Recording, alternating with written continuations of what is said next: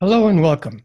I'm Al Barrows, and this is UFO Disclosure, the podcast that's meant to show an average person's reaction to all the UFO, UAP news from everywhere and anywhere. Today, I have the pleasure and honor of having Eve Lorgen on as a guest. She is a dedicated counselor, a hypnotherapist, an author, and an anomalous trauma researcher. She began her pioneering work with alien abductees and mind control victims while earning her master's degree in psychology, with an emphasis on marriage and family counseling and trauma. She also holds a biochemistry degree and was a scientist in the biochemistry industry. Eve is the founder of a support group in San Diego, California, for experiencers of anomalous trauma. She continues to help hundreds of trauma victims worldwide today. She's also the author of two books, The Love Bite, Alien Interference in Human Love Relationships, and she's also the author of her current book, The Dark Side of Cupid, Love Affairs, the Supernatural, and Energy Vampirism. Thank you so much for being on UFO Disclosure and for being ready. Usually my guests aren't that ready. I don't know if I'm ready. Uh, So I wanted to talk to you about a number of things. Obviously, your books, Love Bite and The Dark Side of Cupid. Um, and coincidentally, I thought it was a coincidence that Valentine's Day is like 2 weeks away. So it's really good timing. Um, Wanted to talk to you about hypnotic regression because there's so many doubters out there. And I also at times express some misgivings about hypnotic regression.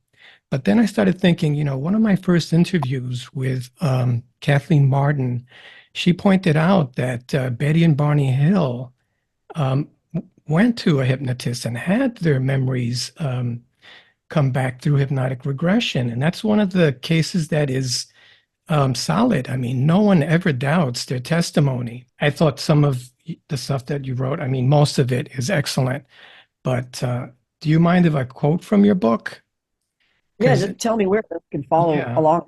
I forgot a lot of details. It's been many Well, years. this So is from the Love Bite in chapter 3, and I don't have the specific page here, but this is just to highlight the point that I'm making about hypnotic regression.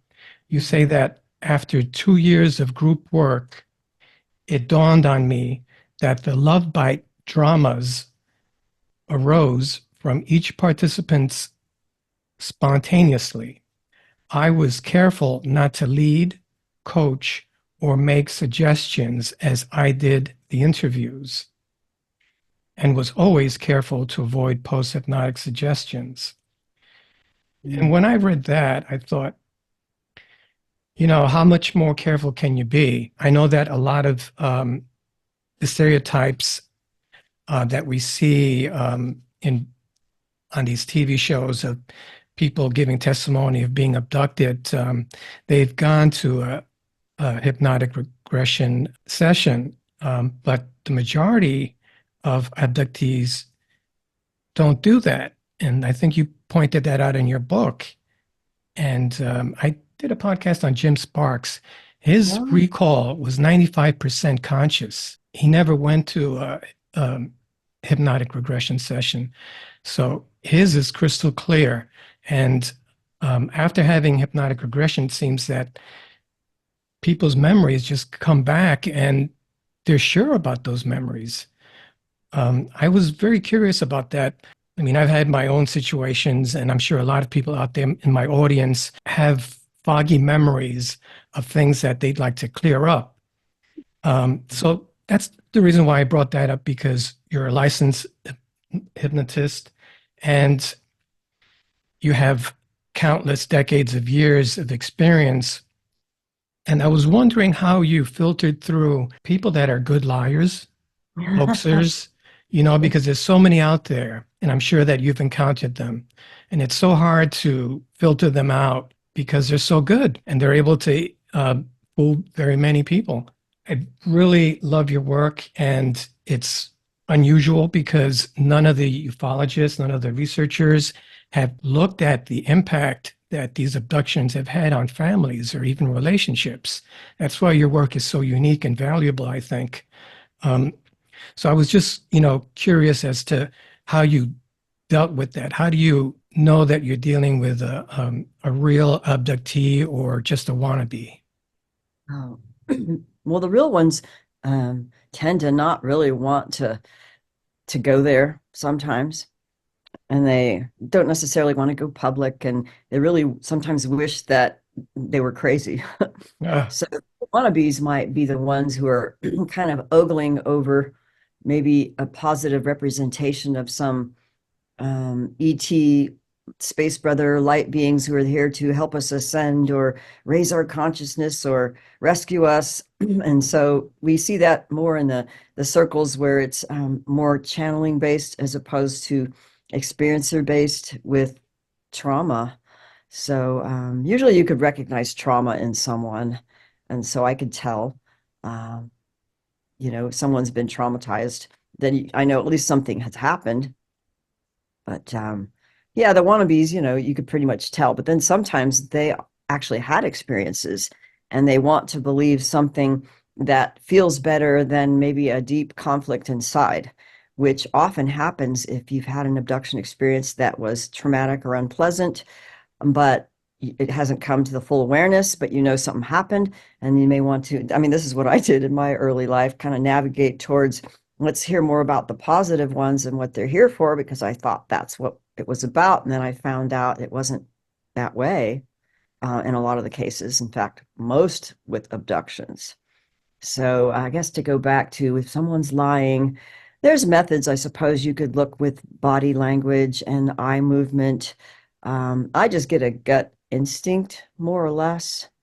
Um, but there was somebody I know, a colleague actually, and James Bartley, I'll just go ahead because he actually had a case where he knew someone was deliberately putting in disinformation in the quote UFO ET paranormal community some years ago. It was probably in the early 2000s. And that had written a book about these, I don't know, I think it had to do with these positive dolphin beings, spiritual beings, and channeling and associating it with maybe some ETs or something.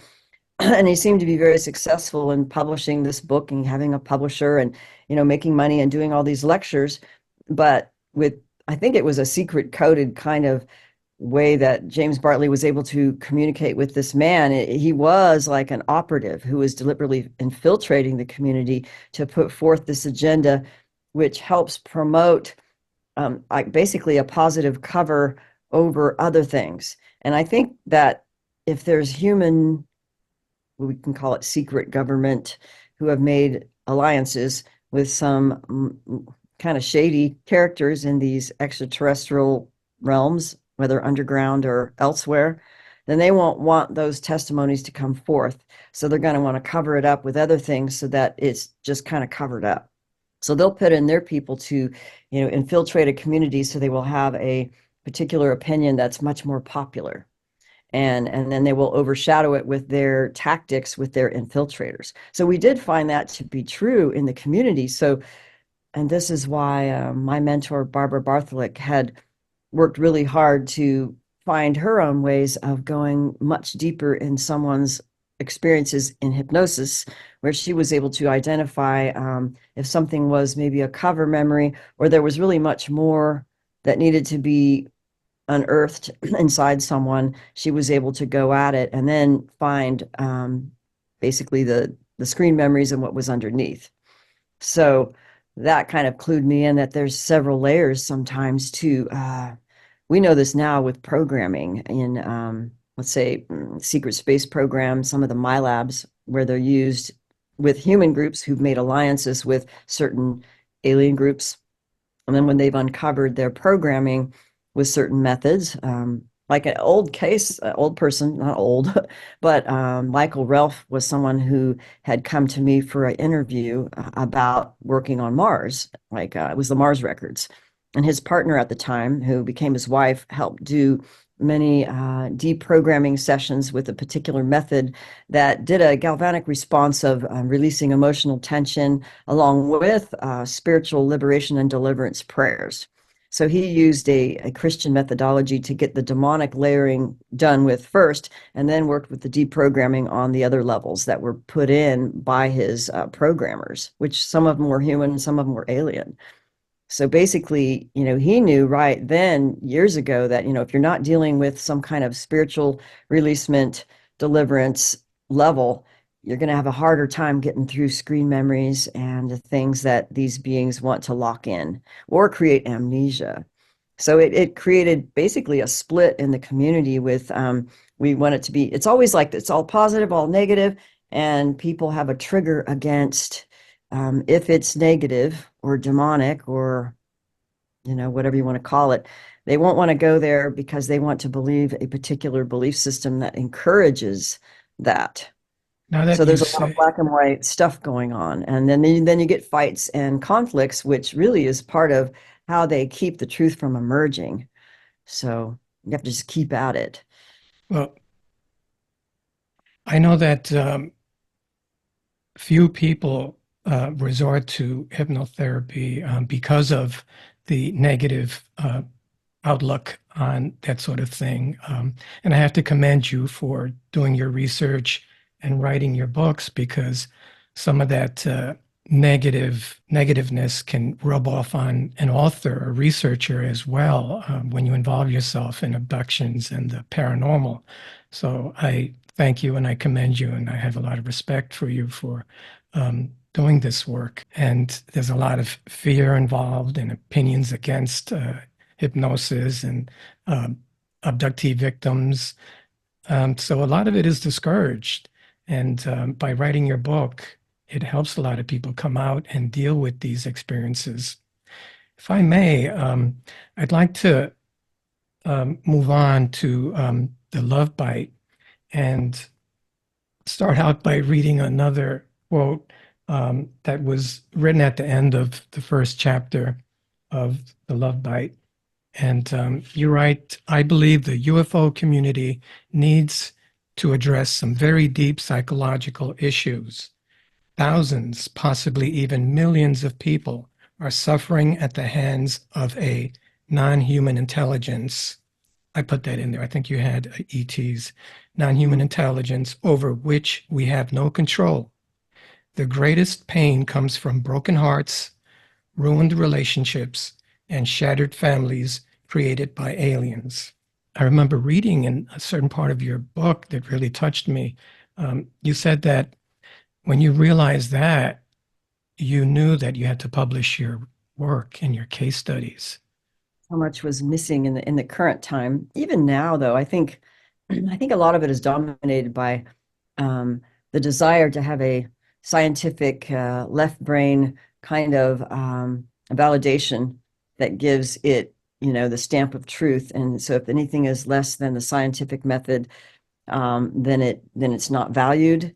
But what I saw was like, oh my goodness, look behind these people's experiences that may have been reported by, let's say, a researcher, like what they remembered with maybe without hypnosis, and like somebody who's just from a research perspective who wants to say, well, they just want to find the medical or the scientific evidence that this occurred with, whatever, but they're not looking into, well, what's going on in the private life of this person and their family history, what else to remember, what are the things that are going on that suggest there's more than just, the physical hybrid medical exams, for example, which is like a really common thing now that people know, and there's much, much more. So that's what we learned from getting together and talking about all these other allegedly anecdotal experiences, but they're not. They're part of the whole thing. So there's much more going on with the lives of the people and how they're being interacted with. So Now, I'd say the trauma in the family was like a big thing, especially with people like, I don't know, in the early days, maybe the younger ones are remembering more, but in the early days, oftentimes we wouldn't, like, say, remember our experiences until we were in our 30s or our 40s, and we're already married, we have kids, we're married to our first partner or whatever. And then when the memories surface and we start realizing there's this whole reality out there and we want to investigate it and connect with others who understand, that throws stress on a marriage with a partner who just doesn't hold that ability to um, look at this reality. They can't handle it. And sometimes they're being manipulated not to maintain the secrecy and the mind control of, if someone's in a project and those beings, whether they're aliens or humans, don't want them to wake up and remember because it affects their project or the security, then they're going to manipulate the family system to keep it in such a handled way. And a lot of times that's through chaos and not being able to really speak the truth or really communicate effectively or love in a healthy way. Okay, so this is what I found with mostly the ones who've had maybe the more malevolent kinds of beings or the secret space program or the MyLab things. They had a lot of dysfunctional family systems, which led back to a lot of the occult, blood oath, secret society family members, like Freemasons, for example, and then aerospace, military, industrial complex, alphabet soup agency, family connections. And that led me down a road that was probably much different than what many other researchers have done, because it If I, tells me that there's much more going on than just, quote, alien abductions or programs. Eve, if I can just stop you there. I just want to fill in the audience. My labs are military abductions. That's a word that's not commonly known. Well, it's Um, military and alien. So in the right. beginning, it was, I think it was Helmut Lammer as well as Carla Turner, but not only people had military independently or with aliens who are working together, or the aliens would come and get you independently away from the military. So it would be like both, like the case Leah Haley. And I know I listened to that. So she was one of the original ones who really came out. So yeah, Yeah, I love her. Um, Before we get deep into that, because I want to get into that, can we, just for my audience, can we describe the indicators of a love bite? How do you know you've been love bitten? And I think that you point out in your book that you're not talking about just anybody that has a love affair that's gone wrong. Usually these people are former abductees and they continue to be abducted throughout their lives and controlled and manipulated. Alien interference, I think, is what you call it. And you actually break it down. You have indicators as to what is a love bite. How do you know if you've been love bitten? yeah. Yeah, it's interesting because love obsession was a really big part of that, as if it was almost being switched on.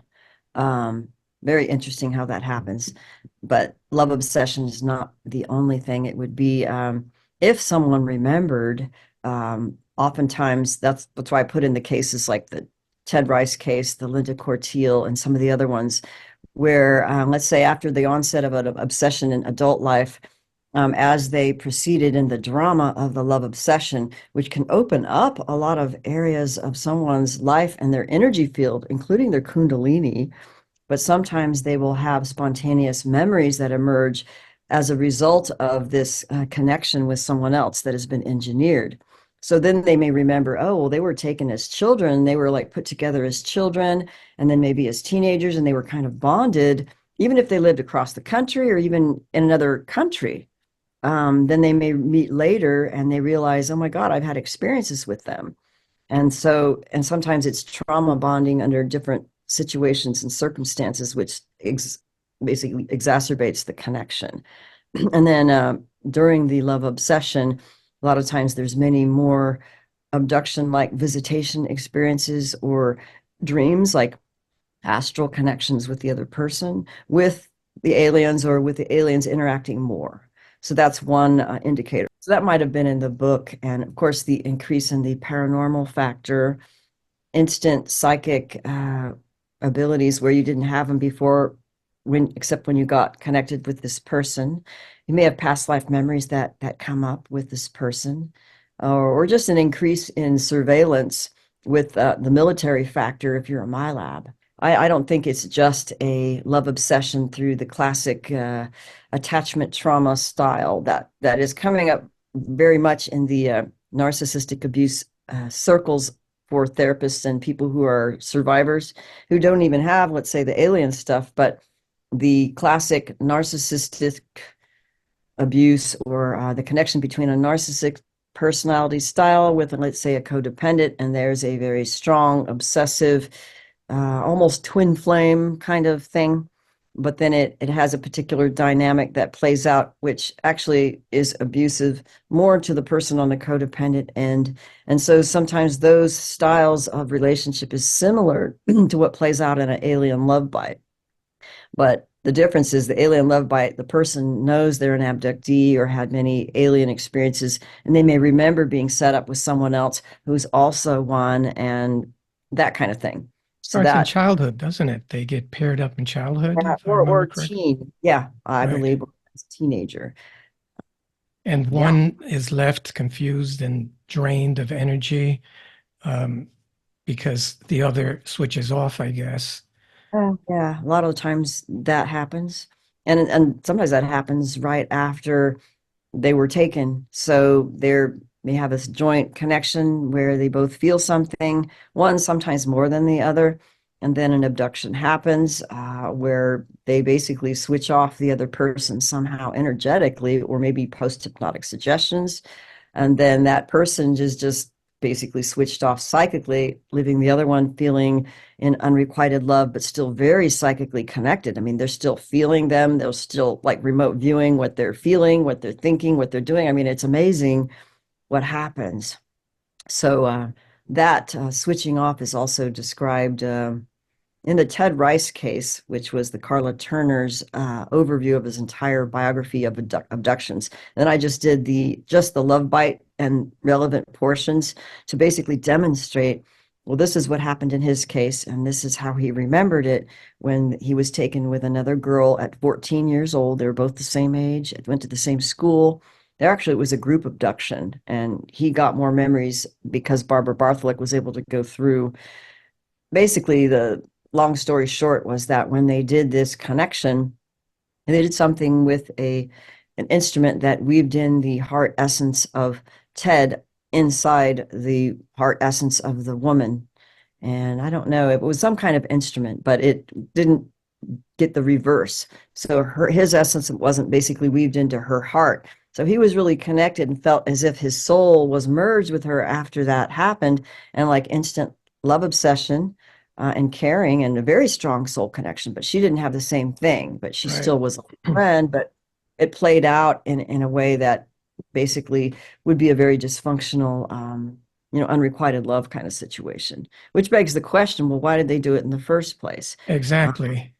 People assume, oh, well, they're putting people together because they want them to have children together and it's a hybrid program. And that is not always the case. A lot of times they're married to somebody else and they don't have kids with the partner. And so there's a whole other, and I put that in the love bite, like the main reasons why I think this is taking place. Yeah. Yeah. I mean, we're dealing with implants, hybridization, like you said, and now the love bite. But I'd like to transition into psychic or energy vampirism. And you have a case in chapter 15 of the love bite. And the title of the chapter is Suzanne. And she has to deal with a roommate by the name of Marie, Yeah.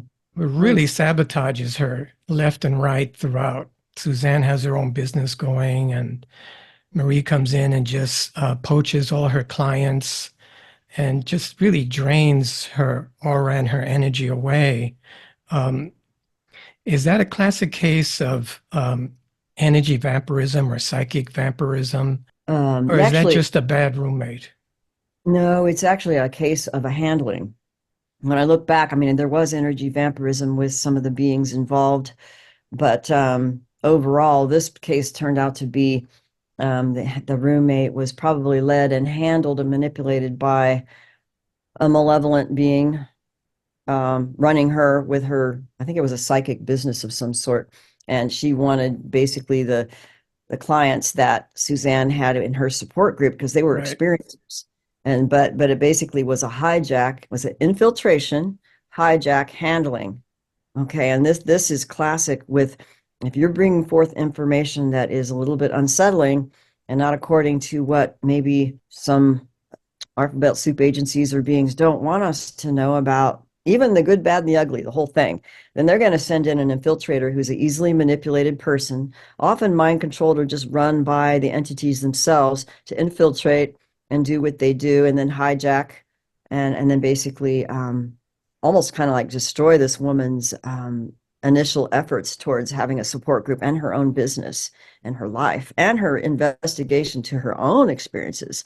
So this is actually, I'm going to go a step forward because, of course, energy vampirism occurs, but in this kind of case, you see an infiltration that is a co-optation to change the narrative and basically try to stop the person from discovering fully the truth of their experiences. So it would shut them down from a healing process and a sharing, which would be beneficial towards others wanting to recover from what are the deeper truths behind their experiences. So that's one method that's very, very common. But the energy vampirism is something that occurs with what I'll call it a third party entity situation where you have a person who's maybe in a love bite or an engineered relationship. And this is in the dark side of Cupid too. It's more about the energy vampirism, where there's a Right. third party entity that might be hosting or partially oppressing another individual that's easily manipulated to maybe connect with the quote targeted partner or the abductee, and then they get together and they have a relationship, but they're the being working behind them and compelling certain behaviors, which is very similar to a narcissistic personality disorder or borderline. So that would be a classic energy vampirization, psychic vampirization based on the chaos, which is described in the dark side of Cupid. Even in the love bite, where you look at like what's the whole dynamic of how this plays out. Initial strong connection, it seems okay. But then as the relationship proceeds on deeper levels, oh, you got this weird paranormal stuff, and all of a sudden this interference starts happening, and they start having more interactions with aliens or maybe with demons or weird paranormal activity. And then there might be, dramas, all this drama happens, and, could be very dramatic that seems to come at them without their control, like a roller coaster of high drama and crashing highs, highs and crashing lows. And the classic drama chaos that could be instigated by an entity working through someone who might have a primary personality disorder, prevalent with the chaos factor and the highs and the crashing lows and the endless carrot being dangled and switching on, switching off. It's like, okay, this is classic. And that's energy vampirism. Yeah. They seem to be getting off on energy or any type of energy, negative or positive. I know Yeah. you talk about uh, Kundalini energy and how they drain that off. But I mean, even suffering, they get some sort of a loose energy resource from that. Aliens need to farm emotional energy, do you think? Yes. Well, depending on what their specific program is. But my sense is that it's part of a life force that's connected to the eternal spirit connection that we as humans have innately, that somehow these beings have been unable to connect to directly in their own being. So they have to secondarily acquire it through any form of emotion, sexual energy, kundalini energy, or even blood sacrifice life energy of souls. So that's what I think is happening, but there may be a number of projects and agendas that go with their whole farming thing. So it could appear as if they're playing on both sides of the fence. And that actually is Barbie saw that. We saw that a lot with some beings where it seemed like, oh, well, like these beings are playing on both sides of the fence. They might be having, let's say, a group of people where, their program and their connections are going to be basically positive, and they're going to have these wonderful healings take place. And they might get involved in channeling or promoting these beings as, benefiting us in ascension or something. And then another group might be where they're just using them as the hybridization people who basically have children who are hybrids, and they may want to do something else with the super abilities with athletics or scientific ability or psychic ability, and then they get grafted in a project. And some of them may be just like these horrible negative beings who don't care how they treat them. And so that's kind of a broad statement, but we do know now, based on how this was exemplified clearly in the Ted Rice case, which is overviewed in the Love Bite, as well as one of the cases in the Dark Side of Cupid. I think it's called Mariah and the Spirit Guide. But the woman's name, now I could name it. She has passed away so it's okay to speak her name, but her name was Mary Henry. And so turns out that Ted Rice and Mary Henry actually had joint experiences together even after the experiences were written down of the primary stories in my book. So it's interesting. But in the Mary Henry case, the same kind of thing happened. If you read the case, it starts out one way where she's in a classic old-fashioned kind of abduction scenario, being taken like in her car on the way to work in a physical way, missing time, an hour and a half or so on her way to work, goes to work, is late, an hour and a half, but nobody notices. They just don't notice. And wasn't that interesting? But after the abduction, she had like really bad arthritis in her hands. But then afterwards, it was like she was healed. And it was like, oh my God, what happened? Her hands were healed. And it was just so wonderful. So some of the initial hypnotic regressions she got from another psychiatrist, this is before she met Barbie, there was a series of things that were remembered about aliens and what they were wearing and the healing they did. But she felt no fear and thought that it was benevolent. She was almost in love with them, these beings who, I think it was like a Nordic type that presented its image that way. But as she went deeper in experiences with Barbie, she came to find out that they were playing a con job with her as she got involved in actually doing automatic writing first, which kind of proceeded into channeling automatic writing and demonic oppression to almost possession. So this was written about in my book, but it showed the progression of how they'll play both sides of the fence, where it turns out to be one thing, and then all these other beings start becoming involved. It's just really a fascinating case. So that's why I put it in there so that people can see, they think they're being told, oh, well, I have a special mission at this time in Earth when all these changes, I'm going to be an ambassador. And they're, being bonded with these high level beings to have a homunculus astral child and all these things. And then it progresses into the prophecies not coming true, by the way, and her, passing away without having been the ambassador. And so it kind of tells you what are they doing just to get our attention to promote them, even if their prophecies don't come true. So it's a bit of a flattery and deception to make you feel special. You're on this myth drama mission to do something good and to help fight this war, but it's a game, or it Now, appears to be some of them. now that you Yeah, say a war, it's almost a war on a spiritual level. Um, it's almost as though you're fighting for your own soul, because if you give in to these manipulation and interference, you pretty much get sidetracked from really finding out who you really are and what your mission is in life. I Um, agree. which It's I easy. I mean, That's why it's your work is so important. People need to realize when they're being distracted, and we're so ignorant as to how this can happen. The majority of us don't even know it's happening, but we're being manipulated. Um, there appears to be also, like you said, a human element involved in conjunction with the UFO phenomenon. Aliens are using human operatives, like you mentioned before. My lab's military abductions. In Leah Haley's case, she was abducted yeah, by the aliens, crashed in one of their craft, and then was re-abducted. Paramilitary or military group. Um, and they probably treated her worse than the aliens did, in my opinion. yeah, yeah. That's actually been the case for many. Yeah. I mean, either way, it's a violation of human rights and definitely a lack of respect for your dignity. I thought Leah Haley was very compelling because she, here's this very conservative woman never involved in anything paranormal, all of a sudden realizes that she may have been abducted as a child, and then goes on to find out that she's continuously being abducted and manipulated.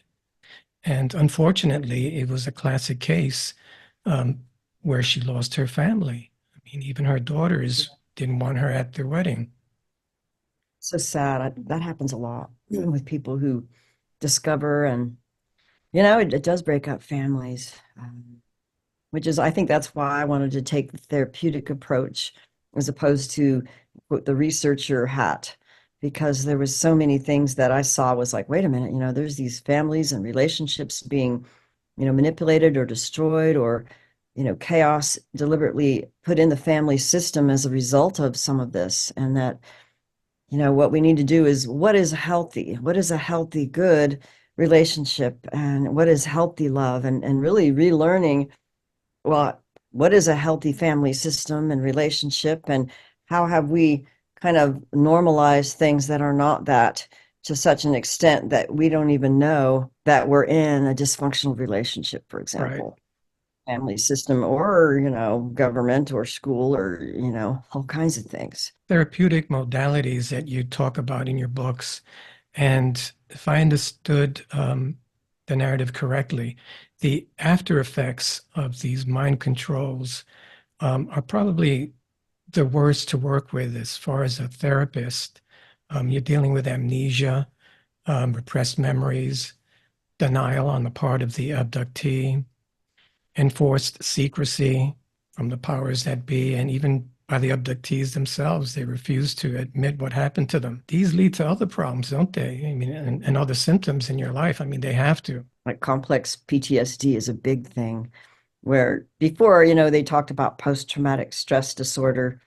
And that's very relevant with terms of, how people can react to that from combat and different abuse situations. But complex PTSD is when you have pervasive, lifelong from childhood forms of trauma that basically create a personality style and a nervous system dysregulation, oftentimes, that deals with chronic stress. And so that makes it hard to recover. And we have to, recover our nervous systems and our sense of safety. And, people don't realize a lot of people are dealing with complex trauma as a way of life. I wonder, though, once you fall prey to this sort of manipulation and you're not winning the quote unquote spiritual war, how do you fight against this? These after effects, it's like a fight to save your very soul. I'm wondering, what chance do we stand? And, what can we arm ourselves with? How do you reclaim your power, in other words? And this Good is question. basically for myself and everyone listening that needs help because you become blind. I mean, when you're involved in this, you pretty much don't realize it. Um, you become disassociated from who you really are. And it's only afterward, I think, and you would be the one to tell me whether I'm right or not. You don't realize it until afterward in hindsight. Yeah. Because usually they take you, if you are a classic abductee, they do take you from childhood, I think before age 3, if you ask me, based on other research, which means, there's conditioning deep in your psyche. So that's a thing. But I think that if we can recover from trauma, even with the standard understanding of psychology and the nervous system, and balance what is healthy relationships, we can go very far with our recovery of our own sovereignty to a certain degree, from not being as influenced by these forces that will continue to try to do it because it's their nature to do that. So we have to understand what is human nature versus what is not truly human. And that's the part that can be a little bit difficult. But I will say, spiritually, for me, if you could recover from your trauma, I found that, faith in Jesus Christ was something that helped me from an early age, even though I had been really manipulated and hurt in my life, even long after I had that faith and that connection. And it really led me to go into many different spiritual groups and practices to try to uncover trauma and just go deeper into lucidity, like Buddhist meditation practice and lucid dreaming. So I'm not going to poo-poo these things that can help us, have a calm mind and a calm body and to reconnect with deeper, let's say, dissociated parts of ourselves, because that's really important. So, but I still think the power of Christ tended to be the most powerful against high-level demonic forces and even certain aliens to a certain degree. Not everybody would agree with me there, but I'm thinking, it's better to be on the safe side as long as you don't give your power away to those who display, let's say, a hijacked spiritual cult group or religion. And so that's something that I haven't even really written about in those two books so much, but in the later works that I've done with people who come to me now with supernatural traumas. With a lot of this has to do with the twin flame thing or the false twin flame thing, or they were in a cult led by a guru, and it could have been a minister or preacher of a particular faith, but they were hijacked by these self-same entities, reptilians, Dracos, or high-level false light beings, for lack of a better term, that will vampirize or misdirect or deliberately deceive to basically throw people off the track from true, authentic connection. So that I ran into a lot more, like high level dangerous ones that connect with hundreds, if not thousands of people, and then they're being manipulated by these underlings of this high level demon kind of thing. And sometimes there's aliens being seen by psychics who are not like classic abductees. And I've run into this a lot where certain people who are very, let's say, naturally clairvoyant, and they're just naturally that way. And they'll see, let's say, in their third eye or interdimensionally, like alien grays popping in and out of walls, or reptilians or Nordics, and particular types of beings that may have certain symbology associated with certain secret fraternal organizations. I won't name them, but during certain astrological windows, having technologies of soul capture. Okay, so they'll try to, let's say go into hospital rooms and somebody's ready to pass over and they're hanging out because they want to capture that soul. And so clairvoyants can actually perceive these things going on, and they may not be an abductee, but they'll see the same kinds of entities that look like alien grays. So begs the question, all the different levels these beings are operating on and what images they're taking that people are picking up psychically. So I think there's a spiritual war going on, and that we need to really know who we are. And this goes back to what we identify with. And this is part of the problem in what I'm saying, what I'm seeing as let's say, a hijack of humanity to over-identify and ogle over these gods and demigods and how wonderful these ETs are, and I'm a hybrid and I come from this system or that system, and they start to identify with the ET as opposed to the human that is the original, that is connected to the eternal spirit. So if we identify with the other, we're giving them permission to interact or interfere with us and kind of hijack the pure connection of eternal spirit and truth. So that's like a giving over of your sovereignty without really knowing it. So it really always goes back to, what do we identify with? How do we just identify with our original beingness, without, let's say, in the Buddhist meditation, if you want to become clear with purity of perception, we don't want to be grasping towards, loving or hating what you really are identifying with. You basically be still and observe the arisings in consciousness without identifying or grasping, until you become pure in your awareness to identify with your natural beingness, which is all pervasive awareness in the eternal, connected to the eternal. So that's, I believe, the natural human. And so that's where you can get caught off track if you start, well, this is who I was in my past life, and this is who I am functioning on this other star system, and that's who I am. But that's just, to me, that's a deviation of original eternal spirit. So this is where we have to really get clear on what do we really want to identify with, and that will lead us to the truth if we go to what is more pure and simple and not all this complicated stuff. That Yes, makes sense. it Yeah. absolutely does. And I believe in reconnecting with your sovereign power before actually seeking out aliens or paranormal entities. First, you have to know who you are before you intermingle with something as powerful as the paranormal. Um, I'd like to conclude by talking about the disclosure movement and how this jives with the disclosure movement, because I've been following the hearings and the movement to try and get more transparency from the government. And I'm wondering how your viewpoint jives with, say, somebody like Dr. Stephen Greer, who is pushing the agenda that all ETs are benevolent. I mean, I think he's done great things for the movement. He's probably created this bit of transparency we're having from the government. But I think it's a little naive to think that all aliens might be benevolent. I always think of the saying, as above, so below. What do you think about that, Eve? Actually, I saw an excerpt that a French researcher, actually, it was a French researcher, it was in French, but it was an English interview. It was like a 5 minute clip that Dr. Stephen Greer was being interviewed by another gentleman. I don't remember his name, but one of the questions was these secret projects in disclosure, for example, like Project Looking Glass. Well, he didn't say Looking Glass, it was Project Stargate, but what's coming up now so much in the like way secret space program disclosure. I mean, it's the big since 2015-ish is when it really started coming out.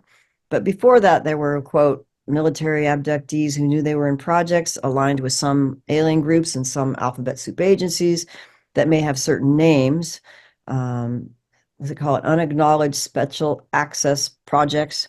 Right. But anyway, the way Stephen Greer answered it was like he didn't really want to. He confirmed that there was such a thing, but the sources that he had, he wants to get direct sources, maybe from a higher level of military or higher level government group that would confirm whether or not this Stargate program existed with respect to children being weaponized and then used in these projects. Well, I know that's true. And then there's been, I believe, an affidavit by Jesse Zaboter, who's a survivor of a hierarchy system elite family. This is a satanic bloodline family that they train and traumatize their own children and then will put them in these projects. And she talked about Project Stargate, Project Looking Glass, and Project Voice of God, as well as others that she knows for sure that they put children in, usually from these ritual abuse hierarchy system families. They're not always bloodline, but they usually have some form of trauma that sets the stage for them to be used later for their abilities. So we know that's true, but Stephen Greer didn't really want to confirm that solidly in terms of, oh yeah, he knew that kids are being used and weaponized. A lot of times they die young. But the truth behind that, in my view, that needs to be disclosed is the definite connection between these, quote, satanic bloodline. They call it Illuminati bloodline families, but there may be other names that they choose to use, like elite bloodlines. And they do this with their own children as well as others they may opportunistically take, like orphans in Catholic schools, orphanages, or non-bloodline, but they still use them in different ways. But the foundation of their programming is done by these people who are humans, who make alliances with these other beings that I think do human blood sacrifice and human trafficking in their own ways. And some of them may have alien appearances in underground bases, for example.